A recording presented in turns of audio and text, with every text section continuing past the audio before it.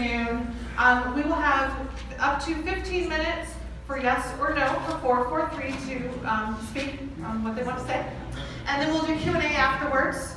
And each side will have 2 minutes to respond to the question. Okay, so we're going to start with yes for Prop 443. If I can have Steve and Billy. Thank you very much. Also, just so you know, speakers, as long as you can hear each other, we're good for life. Can you hear me now? You know, I almost thought when I walked in here, I almost thought that I was at a Catholic Mass. Everybody was sitting in back.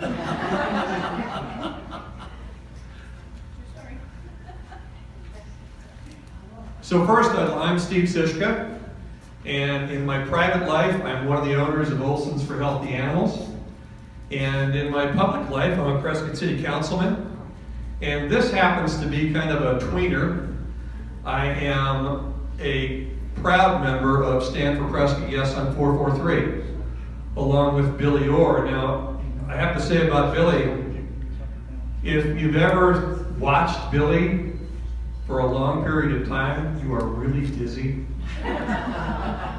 She has incredible energy, and I really thank her for being in this Stand for Prescott with me. And there are several Stand for Prescott people out there, and I'd like you to stand, please, if you're a Stand for Prescott person. Thank you very much. We really appreciate it. And one of the things I'd like to do before we get into Yes for 4432 is congratulate the hospitality industry. As you noticed in the paper yesterday, hospitality receipts are up 6%. That's really impressive. And that's really impressive considering that, according to Buxton, who the city of Prescott contracted with, tax revenues into the city, 61% come from people outside of Prescott or visitors to Prescott. So that's very impressive, and we congratulate you. I'd like to get to our problem. Now, I look at it as there's two problems. There's PSPRS, and then there's the city problem. The city problem is our general fund and the pressure on our general fund put forth by our PSPRS situation. So if you don't know what PSPRS stands for, it's Public Safety Retirement System. It is unfunded to the tune of $78.4 million currently. And that may go up, probably will go up because of the cases against the state that were won by the plaintiffs. Our annual payment necessary to pay down the unfunded liability for our general fund. The general fund funds police, fire, it funds the library, and it funds Parks and Rec as well as city administration. Currently, out of that general fund, we're paying $5.3 million to the unfunded liability. That's 16% of the general fund. Next year, it's estimated to be $6.3 million, 18% of the general fund. And over $9.3 million projected within 10 years, that's estimated to be 23% of the general fund. This increasing cost is forcing us to reduce public safety and quality of life services.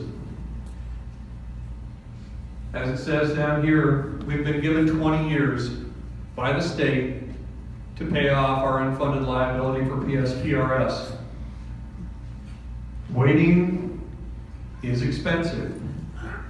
What 443 does is 443 establishes a 10-year payoff, and we save $60.4 million versus the 20-year payoff. Billy?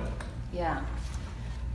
One of the things I'd like to clarify on this a little bit is where it says $5.3 million, we actually have set aside in our budget another $1.2 million that we annually pay. So we're actually talking this year out of our out of our general fund $6.5 million going to pay debt.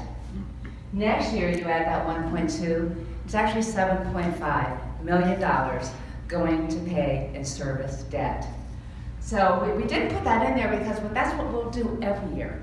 We will always project at least that much. So I just wanted to qualify that a little bit because I think it's important to know.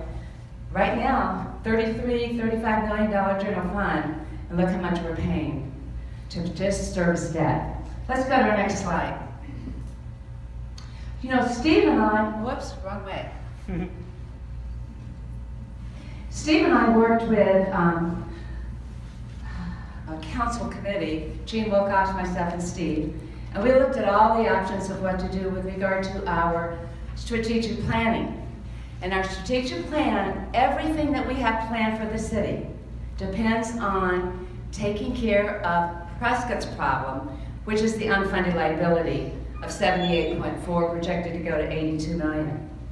So everything hinges on this for the city of Prescott and our strategic plan. So we knew this needed to be taken care of first. We looked at many different options. We started with about 14 different options, and absolutely necessary is to take care of this debt. So what we proposed to the council and the city council actually put the ballot initiative, put the language on the ballot for August 29th. You will have 2 initiatives that will be on the ballot. Proposition 442, which is local control, home rule, and Proposition 443. So Proposition 443, this will create a 3/4 of a cent, 3/4 of 1 penny. Will be dedicated to paying down the unfunded liability. I got a question yesterday on Facebook. They said, can this tax go to anything else? And I said, absolutely not. Every cent of this tax will go to pay down the unfunded liability. This tax will sunset on December the 31st, 2027 or sooner. We wrote the language in, or sooner, if we get the unfunded liability down to $1.5 million. I want to speak to that for a minute because I actually think we can get this done in 8 years. I think we can retire this tax in 8 years. I know there are people in the room that disagree, but I can tell you, right now, we believe with 3/4 of a cent, we'll probably generate about 10 million or more a year. We combine with that the 1.2 that I told you about already, so now we're up to $11.5, $12 million. Combine with that another $3 or $4 million that we might be able to squeeze after we fully staff our police, fire, and I will tell you, I talked to a policeman today. The overtime that they have is horrendous. We do not want our police and fire to be burned out because they have so much overtime. It's expensive to the city, and it's really hard on them.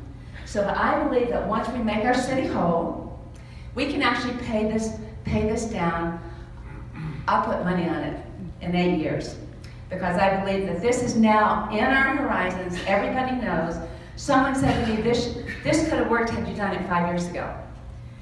Well, kicking this down the road isn't going to make it work any sooner, is it? So this needs to be done, and I believe we have the political will to do it. I know we have it on the council, and so we certainly hope. And I will tell you, the people that stood up in this room, we have about 30 really committed citizens that created Stand for Prescott, and they want to see this happen. Because not only if we pass this tax are we able to pay this down, we're going to be able to maintain the quality of life. Earlier, Steve spoke to another $60 million. That's after we absolutely deteriorate our city. Yes, we're going to pay an extra $60 million if we take 20 years, probably even more. And we will destroy our city in the process because we're not going to be able to keep the amenities that we have. So, Mr. Shiska, are you ready? Let me see if I can make this work here. Oh. We wanted to show you what the ballot language was. That's scary. Yeah. Prop 443, shall the city of Prescott adopt a transaction privilege tax of 3/4 of 1%, the revenue from which shall be dedicated to the payment of the city's unfunded liability to the public safety personnel retirement system, taking effect on January 1st, 2018, and ending the earlier of December 31st, 2027, or at such time as the city's PSPRS unfunded liability is $1.5 million or less, as determined by actuarial value. All right, Steve, want to go to the next one? Steve? Yes.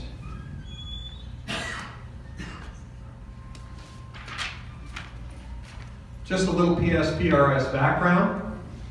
PSPRS is a retirement system the legislature created in 1968 for police and fire employees.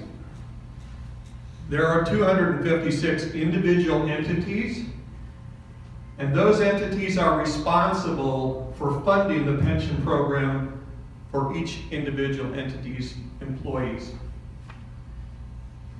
There was legislative reform that occurred in 2011 and 2016. 2016 with Prop 124.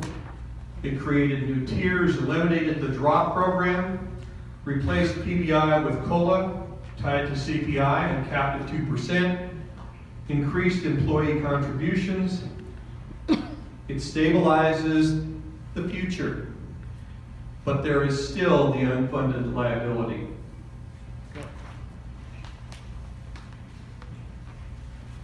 I want to thank John Lamerson. He came to my rescue today. Oh, thank you. Oh my goodness, I'm Laura. We talk about a three-pronged solution because Steve started with, there are two issues here. There's the state issue and there's the city issue. 443 is to tackle our city issue, which is a huge unfunded liability that is, as I said earlier, really diminishing our quality of life. So city action, we're going to continue what we're doing with regard to finding great efficiency and effectiveness. Michael Lamar, our city manager, has done a fabulous job. I'm very proud that we brought him on board. He's done a great job. And there's also state action. And we have Representative Stringer in the room, and Representative Campbell was in the other room, and I'm sure he'll be over.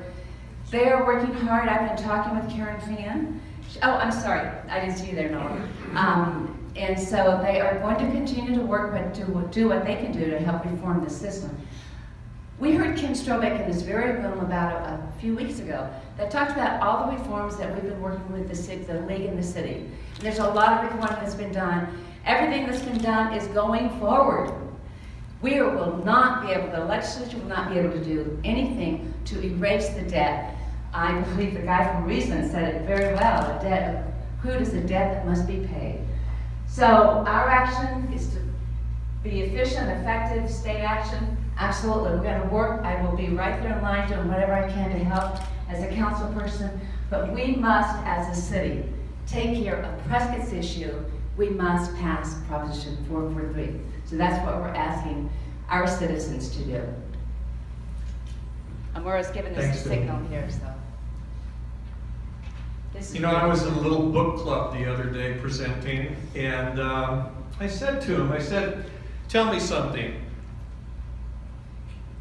If Prescott Valley, if you lived in Prescott Valley for municipal services, police, fire, administration, what would it cost you? In Prescott Valley, it would cost about $1,900 a year. In Chino Valley, it would cost about $2,400 a year.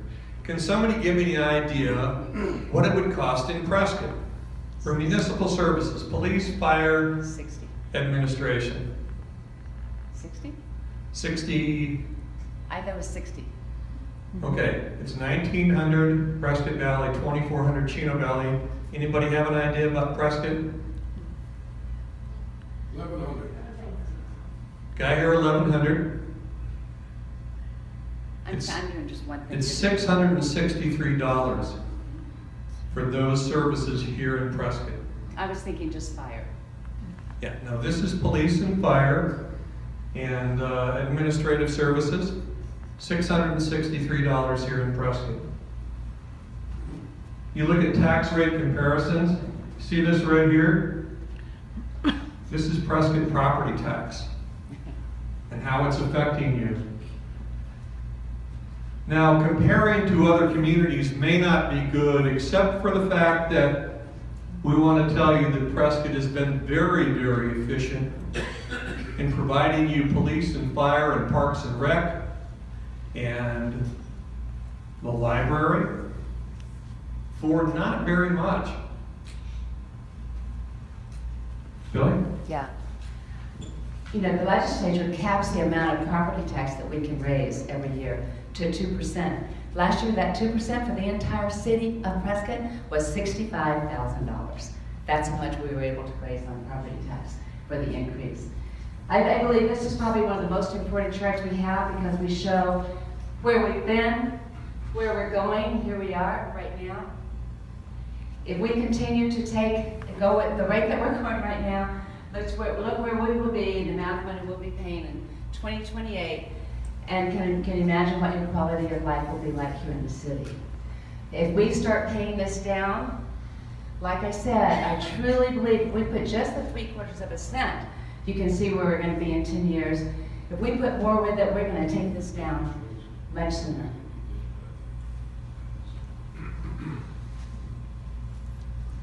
So what does it break down to?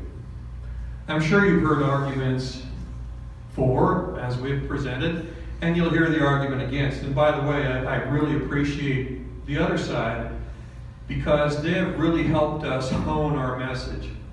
And so thank you very much. And thanks for John Emerson for helping us with the computer thing here. We want to get that word out. Thank you very much. From my standpoint, there's two crystal balls here. On their side, the crystal ball says wait, and the check's in the mail. Some fairy godmother from the state will come save us. On our side, our crystal ball says we are hitting this problem head on. We can't wait. Make your own determination. You know, it's been kicked down, the can's been kicked down the road for long enough. And it's getting tired of getting kicked down the road. So yes, stand for Prescott, yes, on 443.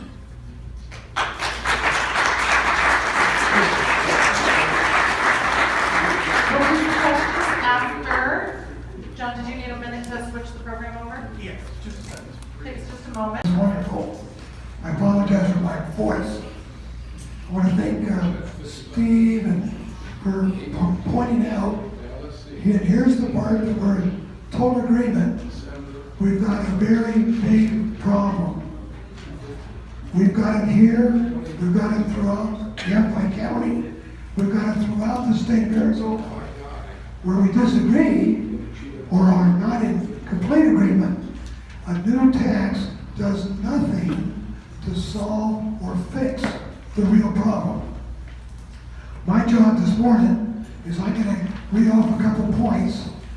That's the bird's eye view from our point of view, why it's a really bad idea to pass this tax. PSPRS is a flawed and structurally unsound system. Putting more money in it does nothing, whatever, to fix the true problem. It's a defined benefit system which has been abandoned by all employers everywhere except for governments. Defined benefit system. Yours and mine, unless you work for the government, is defined contribution. We cannot tax our way out of this problem. That's the fundamental error we believe that they're selling. Legislators down in Phoenix are reluctant to take this problem on because it's a big problem. And what makes it easy for them to kick it down is if we continue to send them money. We continue to send them more money. And the legislatures say, what's the problem? We don't have to fix anything. Prescott is not faced with an imminent crisis. That's a mistake. We have reserves. We can basically fund substantially everything for enough time for the legislature to correct the underlying fundamental problems. The problem is not lack of money. The problem is the way the program is structured. And that can only be fixed at the state legislature. This is not just Prescott. It's throughout the state, throughout all the taxing agencies, the sheriff, you name them, everybody faced with the same problem to various degrees. Some of the worst ones include Bisbee.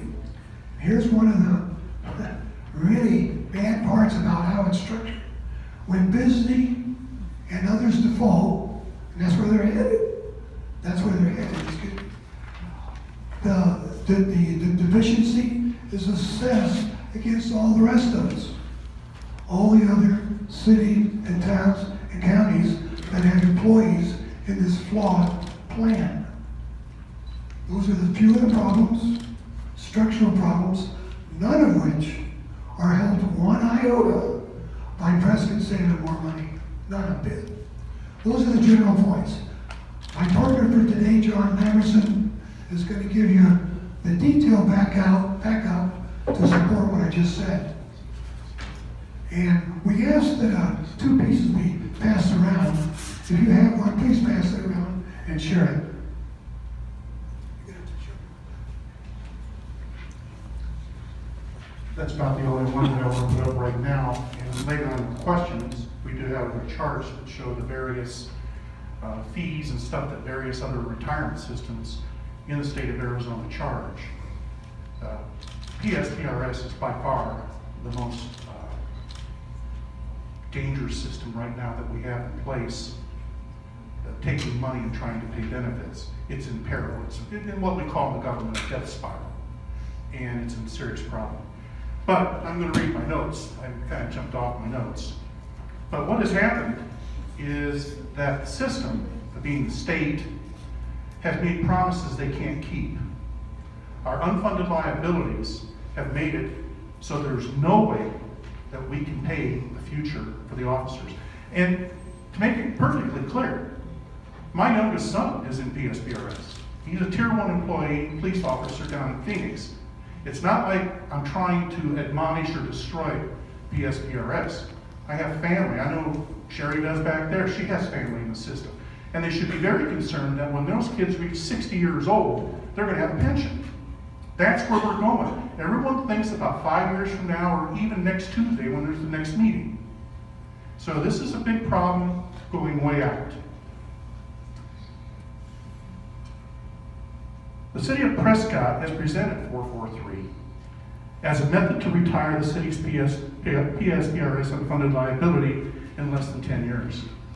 This is disingenuous. This cannot happen. It's 100% false. They are seeking temporary relief for their general fund. And I'm using the word temporary because in about 5 years, according to the mayor's last presentation, we're going to have an $11 million shortfall each year. And okay, now I brought some props because I thought it'd be kind of cute here. And the little one is $1.5 million. This is the basic payment they make, their common payment. This is the $6 million. What the city is trying to do is take the $6 million, put it in the general fund, so they can do general services. If it passes, the $11 million rock and the $1.5 million rock will go to PSPRS.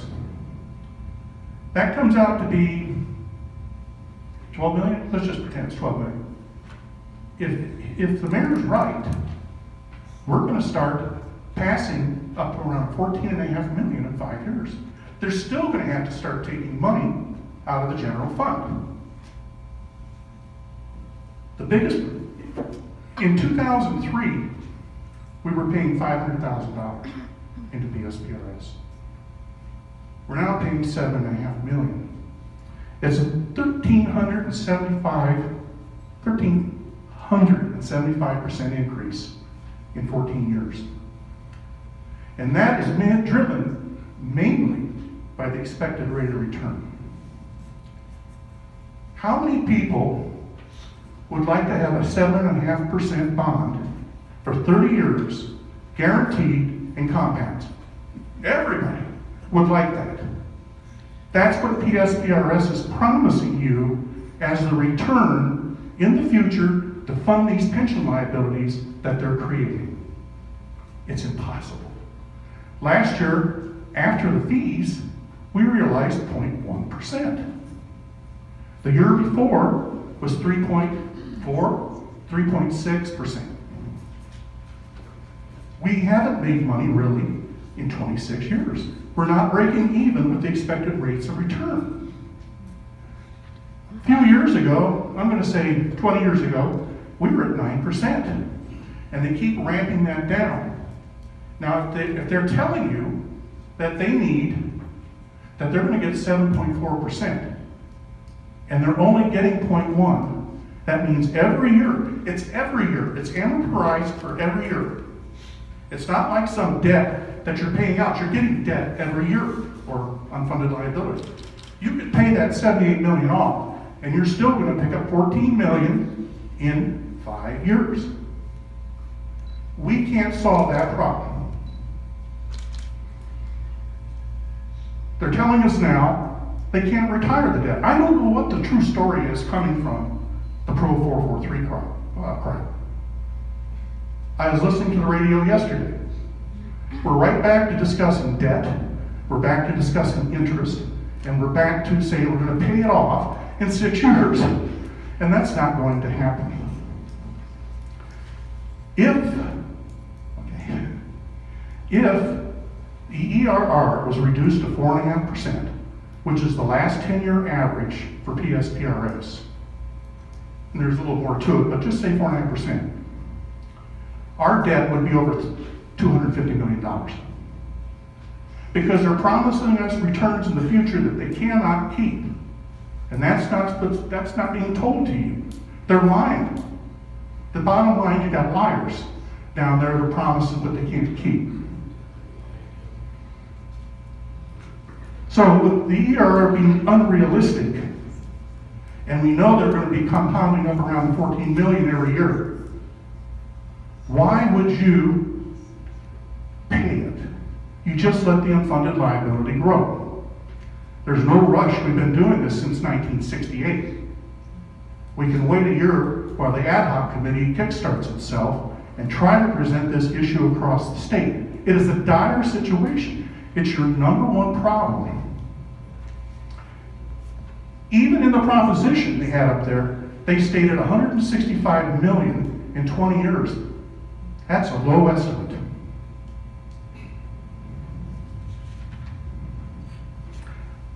As I stated, more taxes are coming your way next year. All these taxes are presented individually. But each one of you are going to be paying county taxes, you're going to be paying fire district taxes, Yavapai community college taxes, and sales taxes here, sales taxes there. So when you look at these things individually, you never understand what it's going to do in impacting those citizens that can't afford to pay these taxes. Many other cities and towns are facing enormous pension liabilities, and as John mentioned, the mayor of Bisbee has stated they're not going to be able to pay theirs here shortly. You're going to pay it. The real test, if you read the newspapers, the Capital Times and the Republic, and the Republic has been the bulk word going after PSPRS. Tucson is going to be the big fall, and you watch and wait for Tucson. Now we're talking about credit card purchases. And this is the point I want to bring up, that they're saying 61% is going to be paid by out-of-towners. That's not true. What we have here is it's all based on credit cards. Doesn't take into consideration debit cards, doesn't take into consideration car purchases, doesn't take into consideration motor coach. You have to have your statistics straight.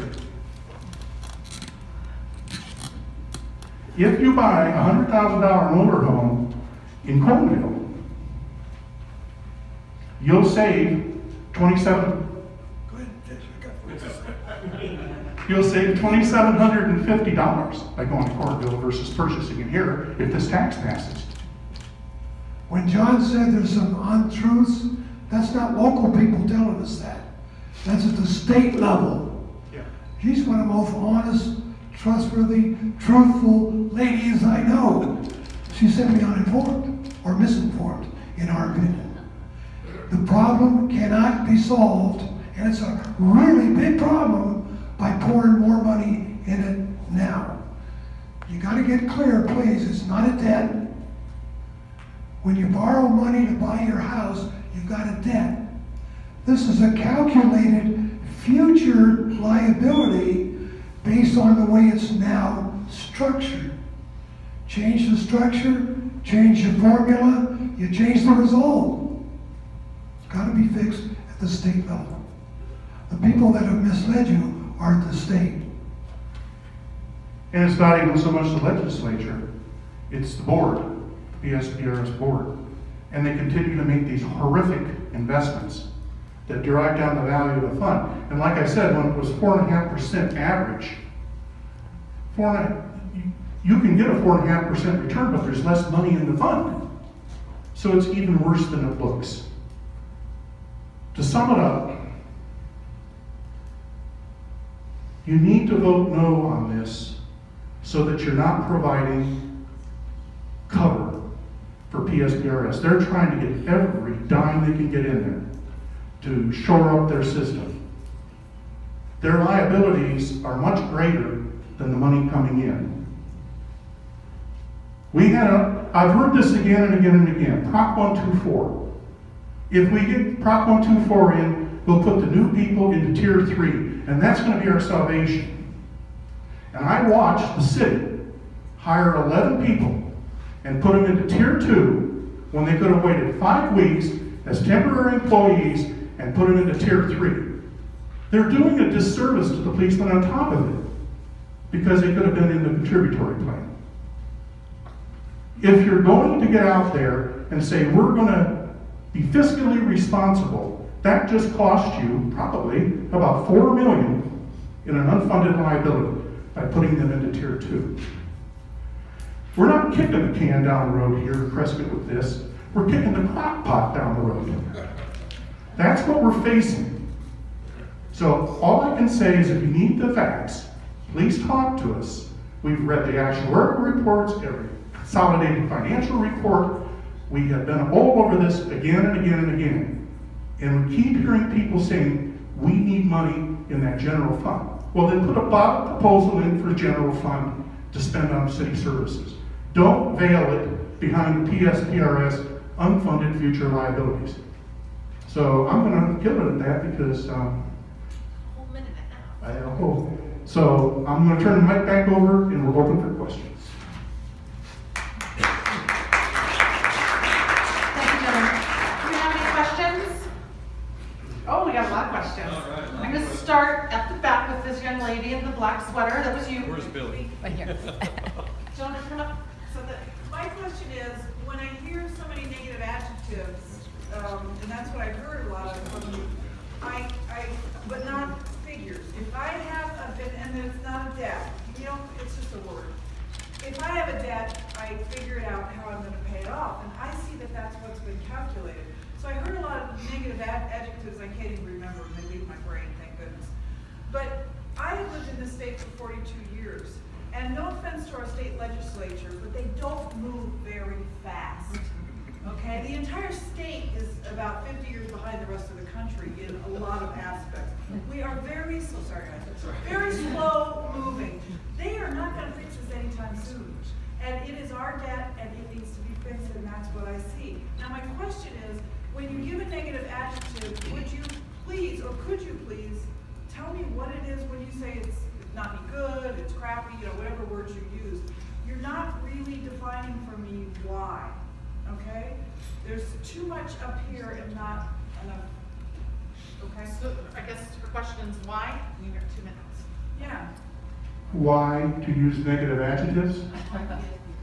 Why, when you're using negative adjectives, but you're not giving me facts that back them up. I'm not hearing those. I'm hearing switching of words. And I'm not thinking that this is gonna be solved by the state anytime soon, and it's our problem. It's not going to be solved by the state anytime soon. The legislature's down, I There call the you go. legislature. Quote. It's not going to be, because I call the legislature the favor factory. The favor factory instituted the permanent benefit increase, which was one of the major decimators of the fund. The favor factory instituted drop program. The favor factory introduced spiking. They let them continue to spike. They have driven our unfunded liability, and it would be the same if you looked at the state's unfunded liability. This is the gap. This is how much money we got. This is the gap, and it's been caused by mismanagement at the board, PSPRS board, and by the legislature independently introducing perks to the retirees. And they don't do it through the board. They just say, hey, we're going to give you more money, and then they let the board figure out how to do it. Does that answer your question? No, but. Okay, did you want to respond to that or go on to the next? Yes. Okay. You know, it's easy to say no. It's easy to say no to everything. It's much harder to hit a problem head on. You know, when Representative Campbell went down to the state, and in his second attempt, God bless him, he succeeded in getting our structured sober living homes taken care of here in Prescott. What the state did, and I have to say that Representative Campbell forced the state to do what it does, and then that helped Prescott. But what the state did was it nibbled around that edge and said, we don't want to touch this with a 10-foot pole, but you, Prescott, you have the opportunity to solve the problem. We'll give you permission. The state, fairy godmothers, don't hit problems head on. How long would it take for the state to react to this? We can't even imagine. You know, people say sue the state.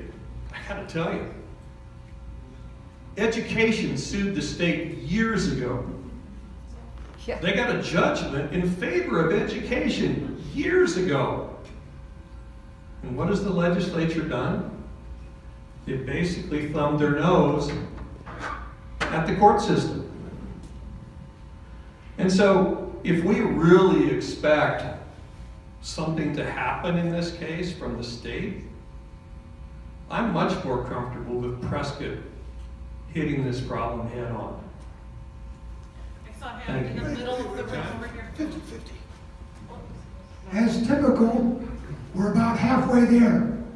Thank It's you. a Thank you. big- At least we're halfway there. It's a big problem. Well, how do you fix it? Dump more money in that black hole? Not gonna work. It's structurally unsound, the way it's currently run, the way it's currently put together. It could never work, no matter how much money. You know, I'm pretty much a pragmatic person, and I believe we can do two things at one time. Representative Campbell, Representative Stringer, Senator Fan. Senator Fan is actually writing a letter in support of 443. She's been in the legislature a while. She knows how long it's going to take, and I think they will continue to work on this, and I hope they better. In fact, I would elect anybody to go down to represent LD1 if they're not on this. Just really hard. But I will tell you, we have to take care of Prescott. We are #1 place to live in the Southwest, according to Sunset Magazine. We're one of the happiest, healthiest places to live in the nation. We are just a #1 place to retire. We all know that. We have Embry-Riddle, we have Yavapai, we have so much going for us. All this talk from Canada is about, oh, we're going to do this at the airport, and we're going to do this with incubator, we're going to do, none of that is going to happen if 443 doesn't pass. I will tell you, we're not yelling wolf here. We're saying these are the facts. The numbers don't lie. We need to take care of this for Prescott. We need to pay this unfunded liability down, and then we need to keep this in our crosshairs for the next 10, 15, 20, 30 years. We can do this. We can do this, but we cannot do this if our legislators say, don't pay this bill. Go bankrupt. What? Really? No, we're not going to let that happen. Steve and I were elected to the city council not to say, sorry, Prescott, you're on your own. We're just going to let you go bankrupt. That's not going to happen.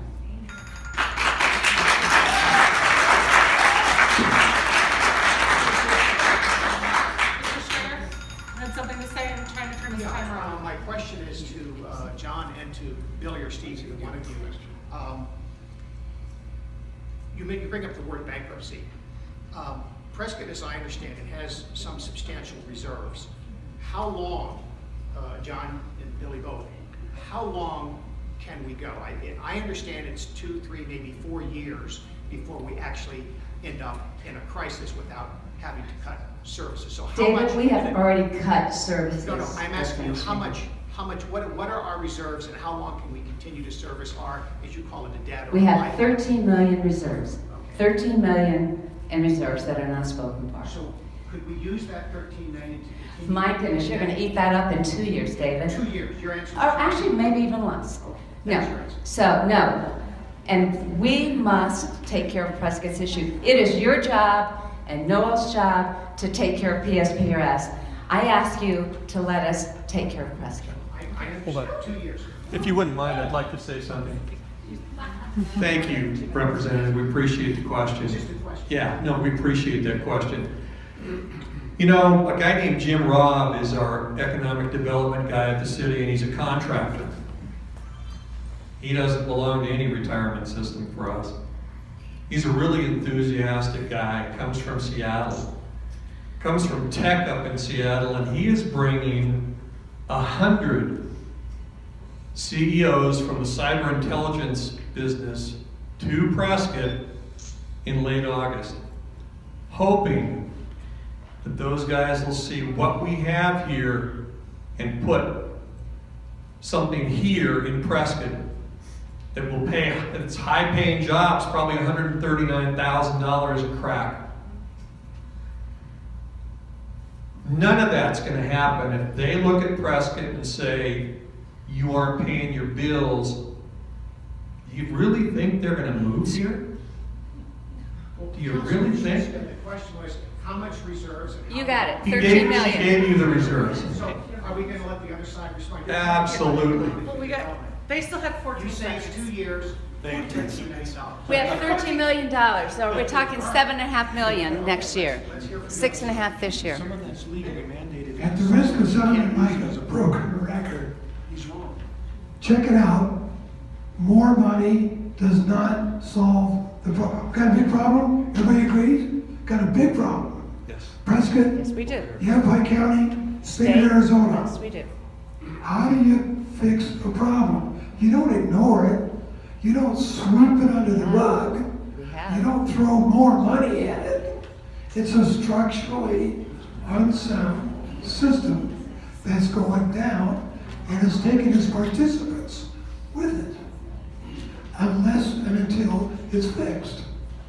More money does not fix it. Yes, ma'am.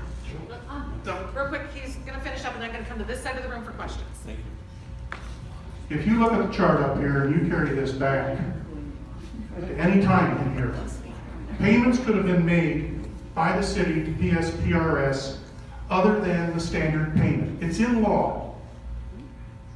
Prescott has known all the time how to keep this fund 100% funded, and they have refused to do so all the way up to this year. They have merely made the standard payment. They could have made more, saying we're going to stay 100% funded. So keep in mind, we're all talking about willpower now, and it's a lot more fun taxing people to solve your immediate problems. I need to respond to that. The city of Prescott is paying $6.5 million this year to the unfunded liability out of a $33 million general fund. How much more of that general fund? That's our police, our fire, everything we have in the city that isn't paid for by fees like water and solid waste. Our city could not do much more. Right now, we have cut from 570 employees down to less than 500.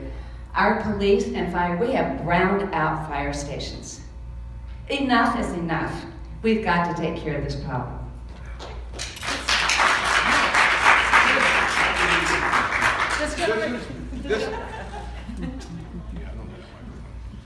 This is a question for Councilman Siska. Mr. Lamison said that if Bisbee goes under, we're on the hook for Bisbee. Is that true? Yes. No. Yes, it is true. Yes, Give it is. us the mic, thank you. It's just reapportionment, you're gonna pay. Because you don't control the fund. Each individual employer is responsible for their employees. Bisbee's responsible for Bisbee. I'm not sure what's going to happen to Bisbee. I do guarantee you that there is an opportunity because each city has to send their sales tax dollars to the state before they come back to the city. And what's to say that the state won't say, okay, you're not going to pay the bill? Well, we're going to abscond with some of your sales tax dollars that you just sent to us to make sure that you make us whole. Other than that, I don't know. I couldn't give you an answer. What would you like to know? Yeah, all right, Maybe Chuck help me out. McVeigh has a question. He's next. I'd like to help you out. I just want to try to be helpful. If I can remind everybody real quick, everybody was gonna have 2 minutes to This is respond a to the question. And statewide then we'll go to fund the next question. Thank you. administered at the state level. Steve is factually correct when he says each city is responsible for its people. To the and if the city can't, Bisbee's on the verge, the state-run fund has to pay those people. The state-run fund has the contractual obligation to pay the retirees.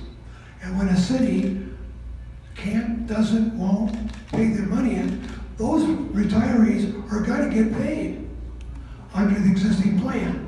Where are they gonna get paid? They're gonna get paid for the fund, which is financed with the rest of the remaining cities who are paying in. So in that sense, if it happens, hold on, if Bisbee fails, Flagstaff, there's a list. People much worse off than Prescott. Their employees are gonna get paid as long as the fund, the plan is structured the way it is. It's structured wrong. So in that sense, yes, if Bisbee fails, yeah, we're included, we're on the hook, together with all the other employers, government employers. Okay, you have 30 seconds. Does Prescott control who's on the board? Does Prescott control what the investments are? No. Does Prescott control anything? No. Okay, so Prescott has no say over how they're gonna pay for those retirees. Prescott's just gonna pay the bill they're told to pay when they're paying other city retirees. I think I heard a female voice back here on the side. Kathy. Okay, thank you. I think it's really important to realize that we're talking about something we have no control over in Arizona, in Prescott, excuse me. It has to be handled at the state. That needs to be taken care of. I also think you have to remember you're kind of overblowing things. I'm an Arizona native, and in case you haven't Me forgotten, too, why? I'm an Arizona we native. have over, I don't know, how many people live in Maricopa County? 5, 6 million, I don't know anymore. 5 or 6 million. And if Bisbee, we don't, and first of all, we don't know what's gonna happen with Bisbee or these other places. But if that happens, we have 220,000 people in Yavapai County, last I counted. And they have 5 or 6 million in Maricopa and well over 1 million in the Tucson area. So I do think you need to keep all of this in perspective. And And secondly, I'd like to thank the two of you, because yes, the city council did kick this down the can, but these two people did not. They're the ones who have said we have to stop this. And the last thing I'd like to tell you is that as you're hearing what is going on with hiring, we have not added a single firefighter in Prescott, Arizona since 1991, although the population has increased by 64% and the calls by 184. So I think the city is doing a remarkable job. Unfortunately, you have lost some of our best trained firemen. Now, I only know about firemen because my son is a fireman. You've lost some of your best trained firemen and policemen because we are in this craziness where they don't even know if they're going to have a job. What's the question? I don't think she had a question, she had some statements, but this young lady has a question, I believe. Yeah, okay, first of all, I don't really see why those two efforts are, I mean, they don't seem like they're mutually exclusive, are they? No, thank you, I mean, Julie. can't we do this thing and then, but Thank as you. far as yours goes, I didn't see any solution on the table except the state is required to handle it jurisdictionally or whatever. I mean, I just don't see where your plan is for making and ensuring that they're gonna do their job if that's what you believe is their onus. But, I mean, just from, like, is this like a balloon payment, like a mortgage? I mean, you just can't not pay it. Like, just in our personal lives and our credit cards and everything, that's how it seems. Like, why wouldn't you, want to make sure that you have equity, because otherwise if you just don't, if you expand it to 20 years, that's like saying I'm gonna get a 40-year mortgage, Excellent but I'll question. never ever get equity in that deal, ever. I Excellent can't question. refinance if I don't get Let equity. me try to help. Actually, there's an answer. It's not a real good answer. When in your example, you buy a house, you get a mortgage, you owe the mortgage. You got the house, you owe the mortgage. Okay. This is not a debt. That's a calculated number. It's a best guess, honest I'm sure, of what the liability will be later to pay the retirement of people who are still working. Okay, so they got the census and how many people and the ages and the spouses and all that stuff. And they got a formula. And that's not a debt. That is not a debt. It's a calculated liability based on the current ground rules. And until and unless those ground rules are changed, it'll never go away. It'll never get better, regardless of how much more money is paid in. Continually to do the reports then at the same time while they institute sales tax. I don't see that they're mutually exclusive. You know what? Are you already working on the reports, I guess? The ground rules have been changed. Yeah. The ground rules going forward after July 2017 have been changed a lot. And I'd kind of like to address, just for a second, the situation of hiring these people before July 1st. First I'd like the state to take a look at itself, as DPS did all of their hiring before July 1st. That's true.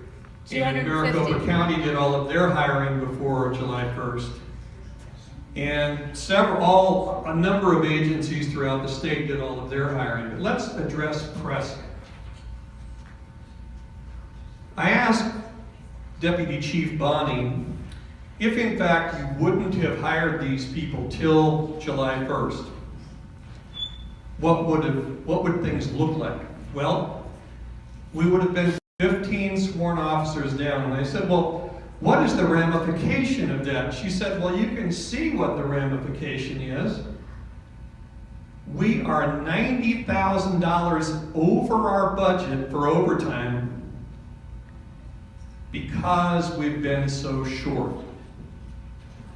$90,000 and the year isn't even up yet. So there are ramifications to whatever happens. But one of the things also, as far as that's concerned, we've had a chance to talk to some officers.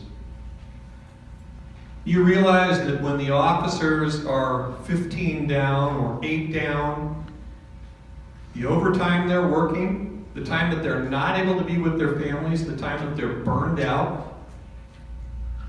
I'll tell you what, I think that we need to take a look at the rest of the story when we hear that story. All right, thank you. Yeah, and Thank you. I'm sorry, but this young lady had a question over here. Can I just respond to one thing? Sure. One thing that Julie, one of your question, one of the things that the state did do this year, they said, well, if the council votes on it, you can take 30 years to pay this down rather than 20. So an extra 60 million if it's 20, another 60 million if it's 30. Okay, this, Mary, or Mr. Campbell, thank you. Okay, thanks, Billy. I don't need that. Hold on, you'll have to ask the question. Okay. Two things I want to say. First of all, nobody here wants the city to go bankrupt. Okay? Whether it goes bankrupt or whether it doesn't go bankrupt, that's a mathematical formula. But nobody desires that this city loses quality of life or goes bankrupt. So just let's get that up front. The second thing is, you're asking the citizens of this city to raise their tax 0.75 and contribute all that money to PSPRS's debt liability. At the same time, the $6 million that you're now paying, you're going to put over into another pocket. My question to you is, why aren't you taking the $10 million that you'll generate from the tax along with the $6 million and really start paying this thing down to show how serious the city is about paying off their debt? And I will address that because we've talked about it quite a bit. As I said earlier, we have 1.2 million that we have in our budget. We're hoping the tax will generate about 10 to 11 million. So that gives us 12 to 13 million dollars. We have the $6.5 million. We're going to look at that, Representative Campbell. We have 7 people that sit on that council. There'll be new people probably there next year.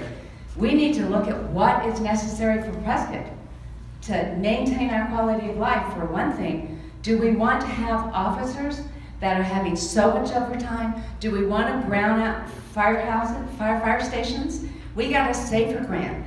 That SAFER grant will last us for 2 years. 2 years, that SAFER grant is gone. What are we going to do to replace those firemen? So we need to be able to have some discretion on the council, just as you have in the legislature, to do what you need to do with your budget, that we need to be able to do with ours. I know Steve Shisk and I are committed. We will put every dime that's possible toward this. But for us to say we're going to put all 6.5 plus whatever, everything is going to go pay this debt. We need some discretion on that. Now, I used a word, and I'm going to say it, and I'll never use it again. I think I said the council needs some wiggle room, and I've been quoted by CTC so many times on that. By that, we need discretion. You elected us to be on the council. You need to trust that as your elected representatives, we're going to do what's best for this city. I will tell you, Chris Cugnio is a friend of mine. Chris Cugnio stood at our podium and said, Billy, all of you, I wish we'd have done something about this problem 4 years ago when I was on the council. Steve and I talked to him about it this week. Said, Chris, you wanted to do something about it. Let us do something about it. He was for the 0.55. He's against this. That's fine. Everybody has their own opinion. All I'm saying is, you elected your council representatives. We think we are doing the right thing by paying this down and passing this tax, if you'll help us do that. Responding to Councilman Shiska, 5 weeks. All I hear about is how they're fiscally responsible for 5 weeks with these new hires. They could have been working sober living homes, learning the city, but no, we had to put them in tier 1 and 2. And if Maricopa and DPS want to run and jump off a cliff, that's their business. But the 5 weeks could have been waited. We had council, we had in front of council, state representatives saying, hey, get these guys into tier 3. And all I hear is tier 3 is a big lifesaver and it's going to help us out. But when we're given the opportunity, you don't do it. Again, we were down rounding out stations.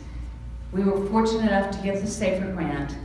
These individuals were in their training academies. The minute, contrary to what I've heard from CTC, The minute they are put into that academy, they are Prescott employees. The minute they graduate, they are policemen. We needed to have that done in order to take care of our city. Public safety comes first. I think you elected us for public safety first. And that's what we chose to do, and that was, I believe, still, I would make that same decision today. We have a gentleman, yes, sir, your question? Let me ask just one more thing I want to add. Okay. Because we've talked about Proposition 124, there's another reform that's also taken place, thank you, in the legislature, and that is they have pooled the risk. So now there is a pooling of risk, which is where this thing should have been to begin with. There are two pension systems in the state. Arizona State Retirement System, which is a pooled risk statewide. PSPRS, going forward, Tier 3 will be pooled. Yes, sir, go ahead with your question. Can I rebut that, Billy? What? Can you rebut that? There's a rebuttal to that. Thank you. Gentleman. I want to make sure I understood what Mr. Lamerson said, and I'm going to have to paraphrase something he said, but it was along the lines of the system is promising 7.5% compounded interest return on investment every year into the future. And I wondered, is that claim based on the revised system as it stands now, or was that prior to the revisions?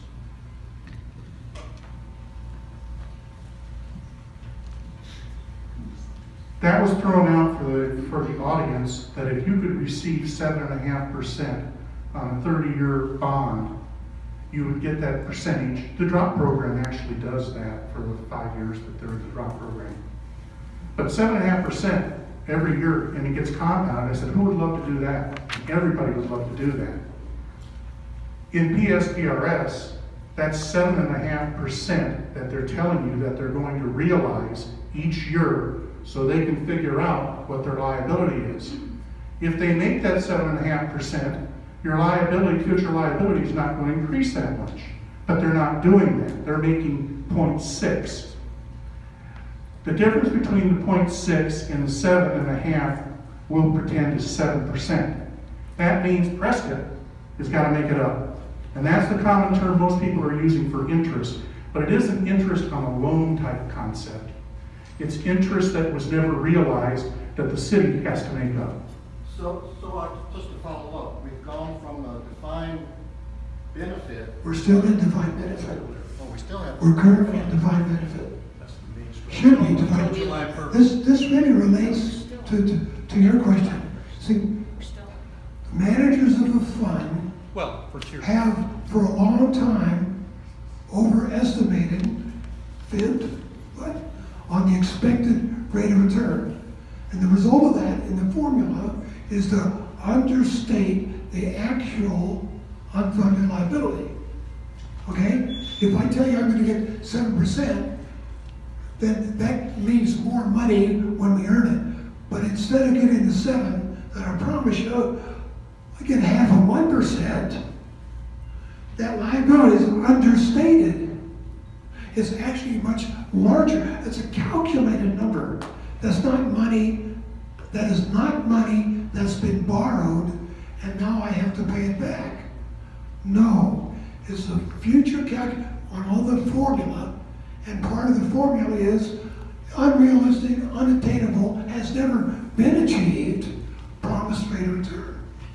Another example of the loosey-goosey way the facts are thrown around, So, in my opinion.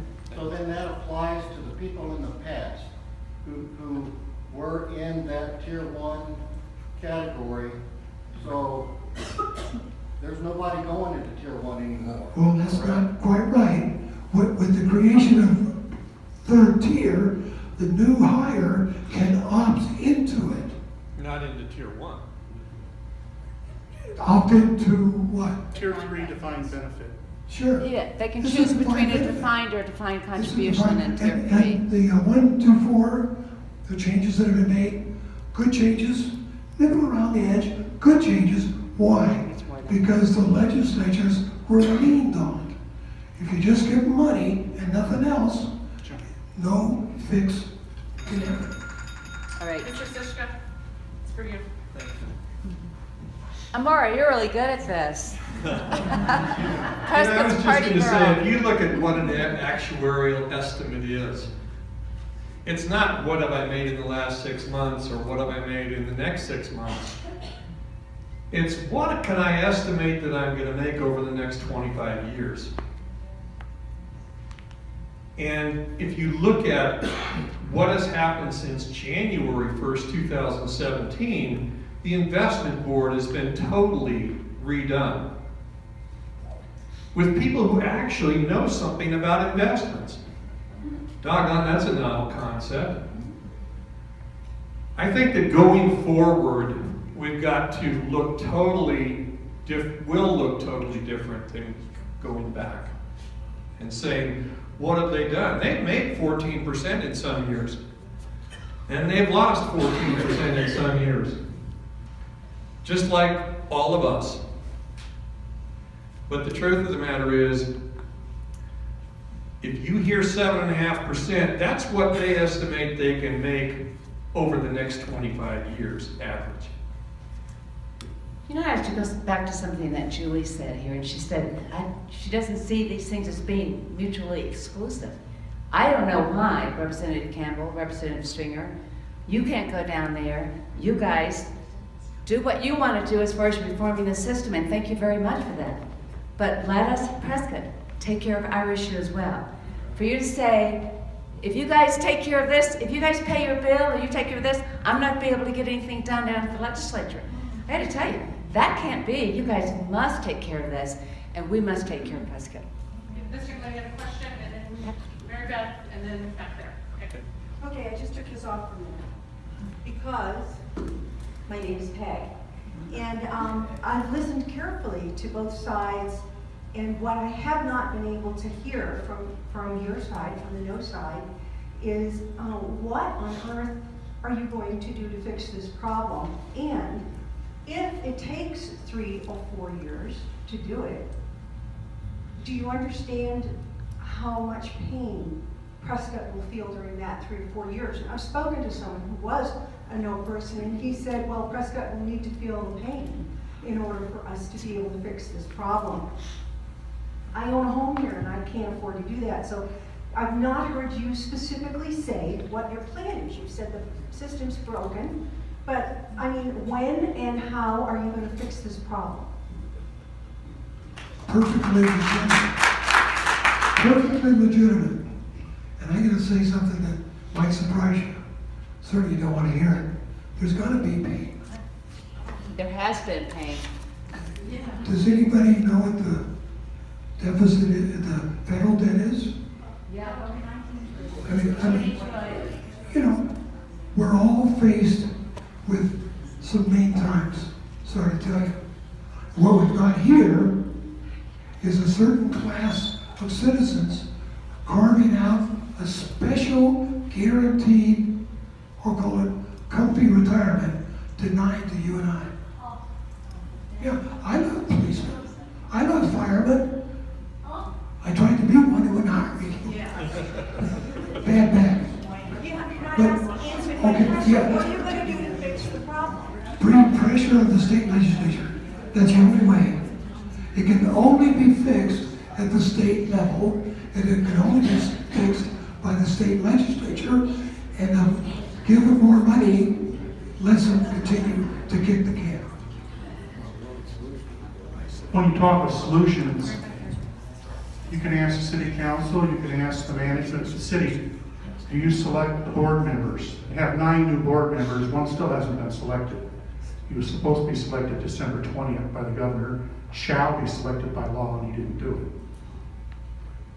If you can't select the board members, who 4 of them are already stakeholders as policemen and firemen, these are not generally financial wizards. The problem you're running into is if you can't select the board members, you can't select your investments, you can't select how you run the contracts with your police and fire or anybody else, and then you come up to somebody that tells you this, and they say, okay, what's your solution? What do you want me to tell you? That other than you're going to have the state has to come in and modify the Constitution and get the ball rolling towards bringing the system into 100% funded. We don't have a solution here other than them saying they're going to give money to the PSPRS system and it goes into the hole, well, which you have absolutely no control. So you have no solution, is that what you just said? What solution do you think Prescott can make? It can't. No, I'm just saying, you're not suggesting. So we're getting down to the real crux of the problem. It's pension ending. You know, I have to tell you, I don't have a pension. None. Zero. Zip. Nada. Olson's for Healthy Animals is my pension. So I ought to be the one who doesn't care. I ought to be the one who's the maddest. And yet I have to tell you, their cup is half empty. My cup is 3/4 of a cent full.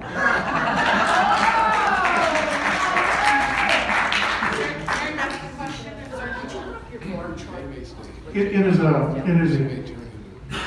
quick response. Mary Beth wants you to bring up that last chart that we have. Yeah, her last chart.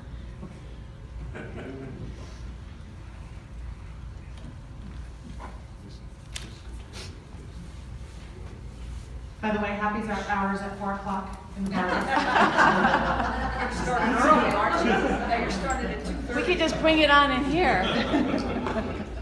Can we take another question while we're doing that? Slide, and then I guess we're going to discuss that, both sides, and then this young lady here will have a question, and then over here. You want a question while they're bringing the slide up? You know, so much has been said that the solution is at the state level, all right? I'm at the state level, and I can guarantee you that the legislature does not want to touch this. I worked on Prop 124 for 2 years. You can shake your head, but that is the truth. And the reason is, it's such a hot button issue. And I want to tell you something. When they can't even fix the board and put the 9th member on, and they have it four for firefighters and police and 4 for taxpayers and League of Cities and Towns, the firefighters and police officers control the board because Brian Tobin has been appointed chairman. So it's 4-4 and he's the chairman. So right now the board is controlled by the unions. You cannot like that. That is a fact. Now, I know what can change this problem. And it's not a pretty thing and I hope it never happens, but I actuarially think it will happen. There are cities that are going to go under. You can agree, you can disagree.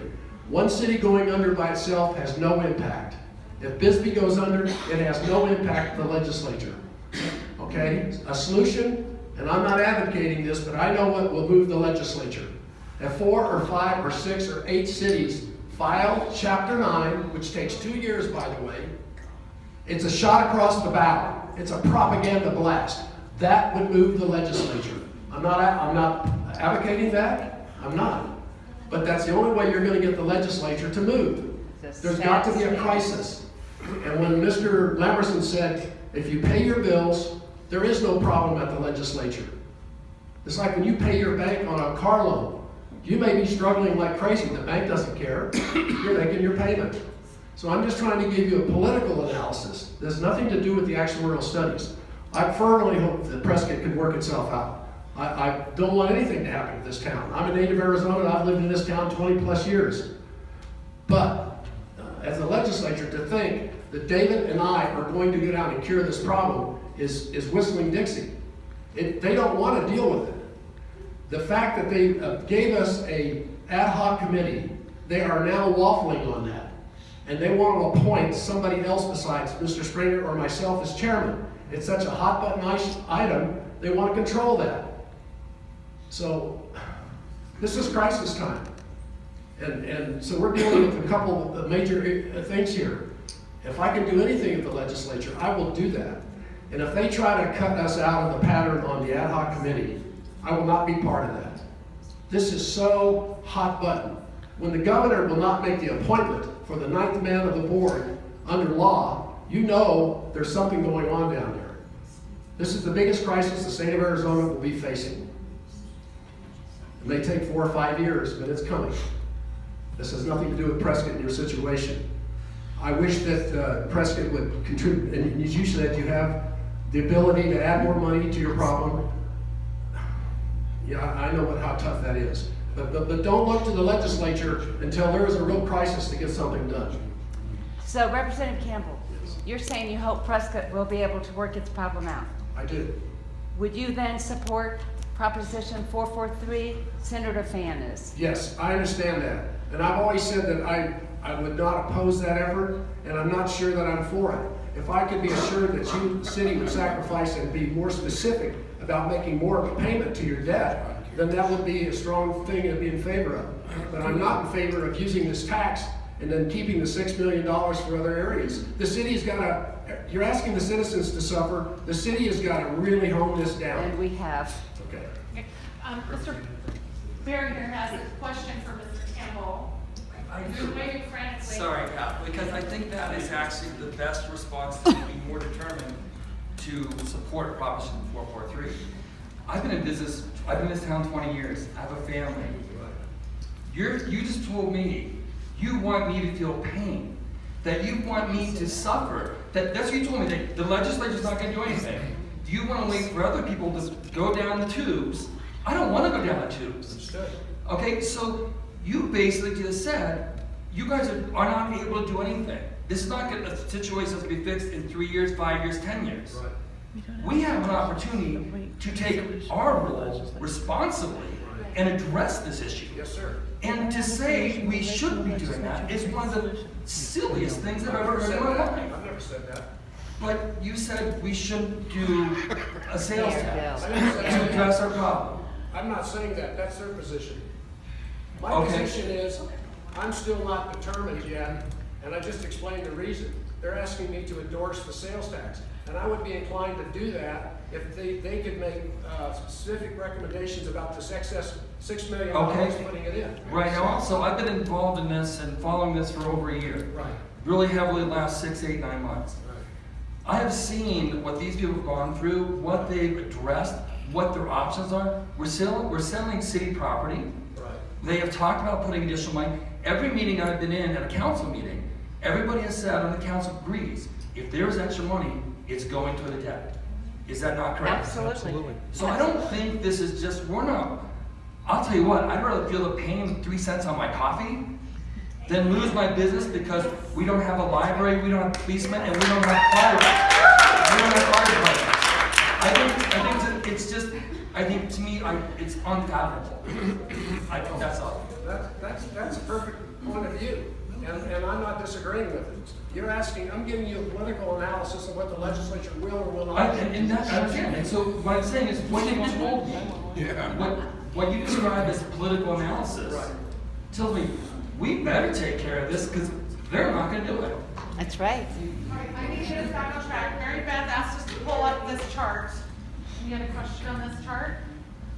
Yeah, and I just want to say that I am not a no on 443. Are you a yes?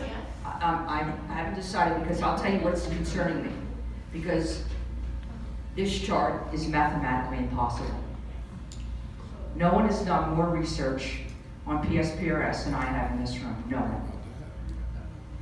Don't roll your eyes, please. That's really disrespectful. But anyway, this is a mathematical impossibility. Okay.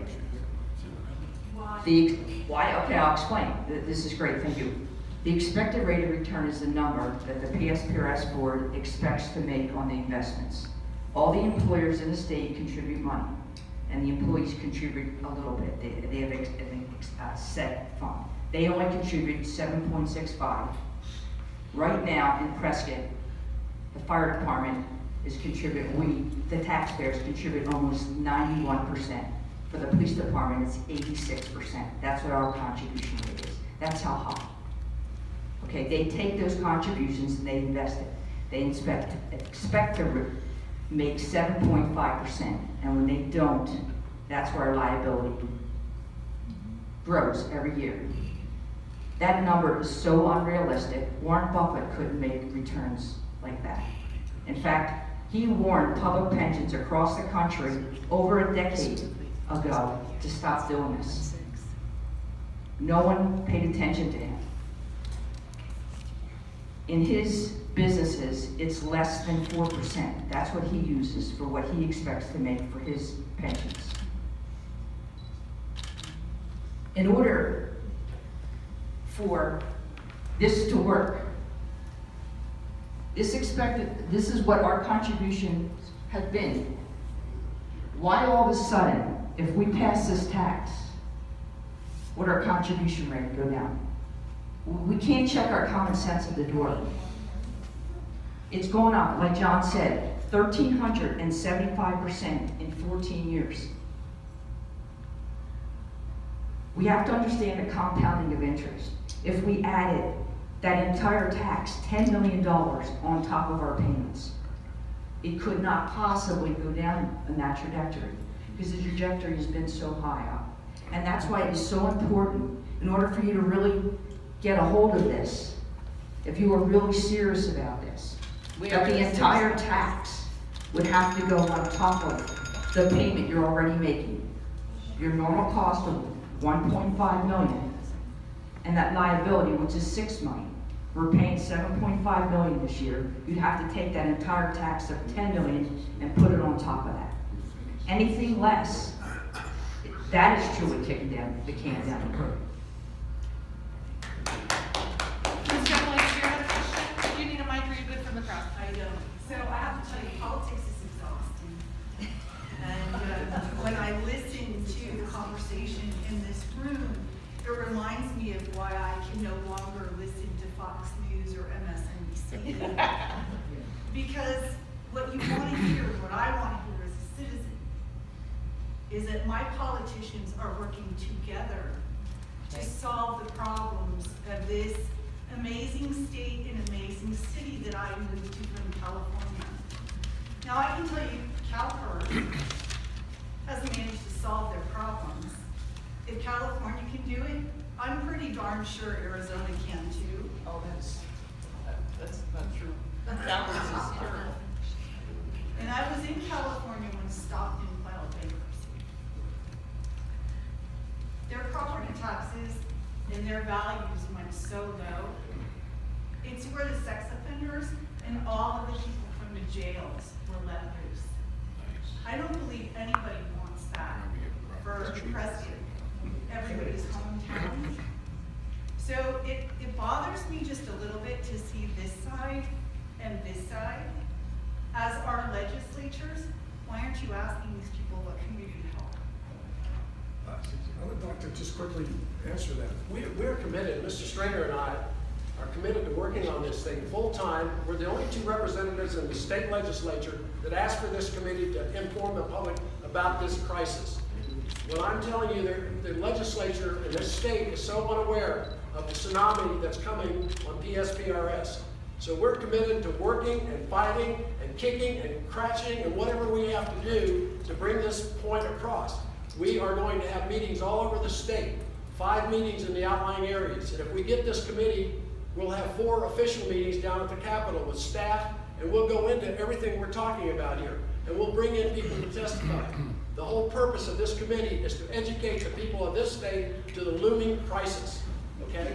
Now, that's how it is. So I appreciate the information, I don't appreciate your tone to me. I'm sorry, ma'am. I mean, just telling you straight. What I would like to see Sure. is, these people say they have a solution. Maybe you don't agree with it 100%. I'm not Fair enough, sure. Maybe you don't agree with the charts. But what I would like to see, and I think everyone as citizens would like to see, from the federal government on all the way down, is people who work together to solve the problem, not call each other liars, not say these numbers are wrong, but how is it, I think Prescott has something so amazing and so special here. Why can't we be an example for the rest of the state, if not the rest of the country, on how do we come together to make this work? Because what I'm most concerned about is, I was a police officer, and what I'm most concerned about in this is we do have to save their pensions. And that's why it is so critical to educate the legislators. I spend a lot of time down there. they haven't a clue what they vote on, just like John said. They bring in the PBI, they bring in the drug. If they My don't cons- know what they're voting on, they should not be elected. Miss, you're not kidding, but here's my concern. I'm gonna get the meeting back on track. John has I something just he wanted don't to want say the earlier. police to suffer. I don't want you guys to make I agree with you. John, go ahead at the mic. Okay, just an informational point. One of the blue states is Wisconsin. They're 100% funded. New York State, of all states, is 92% funded.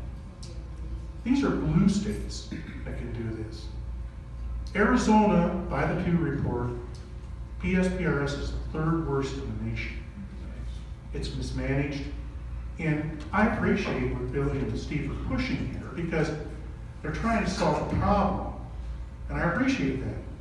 But it's a problem that cannot be solved here. And all the effort that's being put into this is dealing with a system that is totally broke. And until the legislature takes control of this and is able to work with the unions. There was an argument once, this is a quick point, Milton Friedman, I know a lot of people have studied him. And someone was talking about a government agency or whatever, and he said, there is no government agencies, there's just people. And if we can't get the people all to sit down and come up with some solutions, this is never going to be solved. There's not unions, there's people. There's not government, there's people. And all we're trying to, going out to our counterparts here, is we sincerely do not believe this can solve anything, and in fact, inflict more harm because the state is just going to sit back and watch it come in. Real quick, Billy. Yeah, real quick. I'm sorry. 15-minute warning. I'd like to call the meeting. One of the things I'd like to say is, Rita mentioned Stockton, California declared bankruptcy. Interesting enough, once everything went to hell in handbasket with Stockton, they passed a 3/4% sales tax that sunsetted in 10 years after everything had been lost. So just really important that we realize we're going to be proactive on this. We're going to get this done. I'm sorry. I hope Representative Campbell that you'll come with us on this and believe that this is your hometown. Absolutely. And absolutely, and yours too, Mr. Stringer. And so I hope that you support, like Senator Fan is, and that you'll get behind this and help us. This is pretty detrimental to our city. And do we have to feel pain? John Stevens, we have felt a lot of pain already. And it's time. It's time to get this done for Prescott. Thanks, Billy. I feel like the kid in the back of the room going, ooh, ooh, ooh. You gotta walk over there. You know, I think that we've heard a lot of good things here today. And one of the things that we heard was that the fact that Wisconsin and New York State have their 100% funding. You know, one of the big differences between Wisconsin and New York State and Arizona is that back there, probably 95% of their land mass is taxable. And they have a lot of industry. Here, 16% of our land mass is taxable. And if you look at Prescott, we don't have much industry. So we're the only hope. I heard a bond. Oh my gosh. That means if we bonded, that means that the 20,000 property owners in the city of Prescott would owe and pay back the $78 million. Wow. I mean, I have to tell you, that's a chunk. So the sales tax is the fairest way to deal with that situation. And any other questions? This gentleman here has a question. Yes, I'm also that kid in the back going like this. A couple of quick statements, and then it's another statement which is really the question. Representative Stringer, when you phrased your question about the reserve, it was actually structured incorrectly, and they both went with it, both yay, nay up here. The reserve is not a general rule. It is structured by law into silos that have to be used for those specific applications. So it's not just a general pool the city can use. Representative Campbell, you first said nobody wants the state to go, or the city to go bankrupt. And what I was going to say, you actually came back and supported it. I have talked to No on 443 people who say California didn't pay any attention to the retirement issue until 5 cities went bankrupt. Therefore, Arizona has to have 5 cities go bankrupt, and we gotta be one of those cities. I hope not. No, I do too. We're It not would going to really be. crush our city. Mary Beth, you talked about the projected line here, and whether or not the projected line is correct or not is really a non sequitur. And sorry, guys, it's not relevant. What is relevant is we talk about the problem, and the problem is many different things, and we're looking at it from a city point of view of what we're trying to do to meet our constitutionally mandated, and that's the last portion of this. The amount that we have to pay off is constitutionally mandated. We cannot escape that. The judges have the same structure in their system. It's not run by the same incompetent clowns, and they are clowns, I gotta tell you. And it makes me angry as hell to read articles in the paper by Andy Tobin's brother, I forget his first name, who's leading this group of people. They are incompetent. I mean, if you, in your personal finances, were getting that poor of a return this last year, you know, I would have trouble believing that. The amount we have to pay that is going to be, with experience, moved from a liability into a debt is constitutionally mandated. No matter what we do, we cannot escape that. And it also drives me crazy to hear him, Representative Campbell, say correctly, they don't give a damn down in the state. And we've got to make them understand. You have to be writing letters. I would like to see activists parading with signs in front of the state capitol, getting news coverage. This is the biggest problem in the state. 443 is just our representation of the problem, that constitutionally mandated amount. Thank you.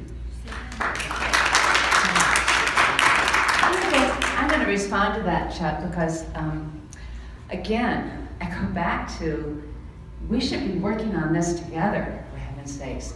You guys were elected to go down to the legislature, as are the other. We'll go down there, but you need to take care of the state, but you need to let us take care of Prescott and get behind that for us.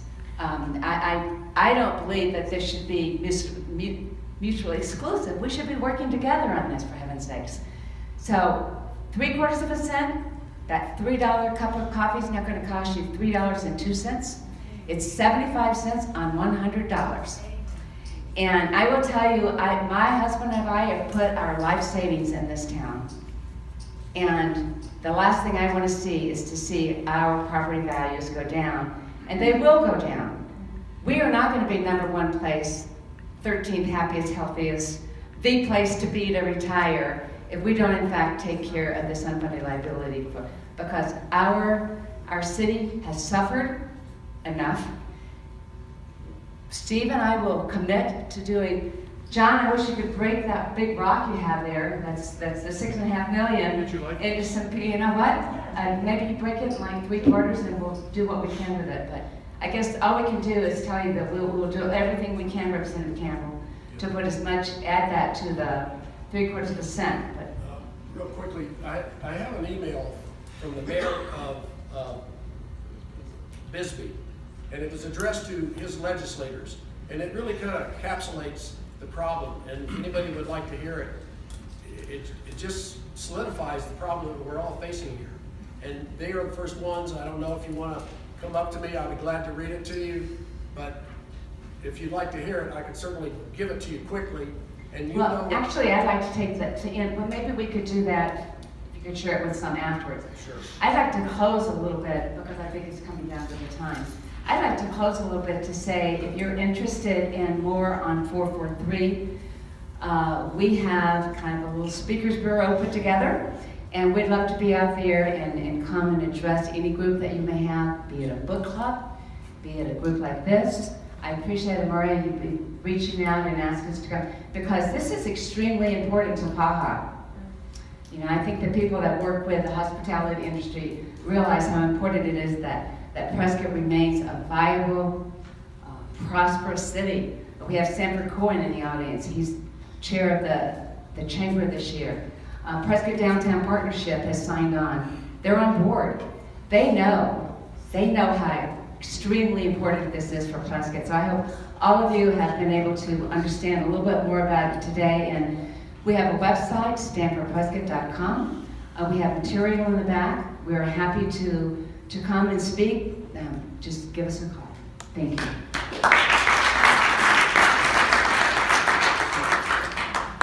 Wait, before everybody leaves, I'm sorry. Decades ago, there was economists warning about the pension crisis coming. 5 decades ago, and what happened? They were called heretics, they were worriers, they never paid attention to them. And government, elected officials and government employees ignored those warnings. The time is over for those warnings. It is really here. And if people think that this is going to help with the Arizona PSPRS unfunded liability for the whole state, which we're all part of, you're not a separate little pension system in Prescott. You're making a serious mistake. You're going to go down with the state and its pension fund and its reorganization as everybody else is in the state. So you need to read the facts. Don't let emotions cloud your mind. Okay, thank you so much, everybody, for attending today. Just to wrap up, as PAHA, the hospitality industry, the Hacienda Inn does special events. We have a dining room. Comfort Inn has rooms for you, and El Gato Azul would be more than happy to do dinner. Okay, thank you, everybody, for being in attendance.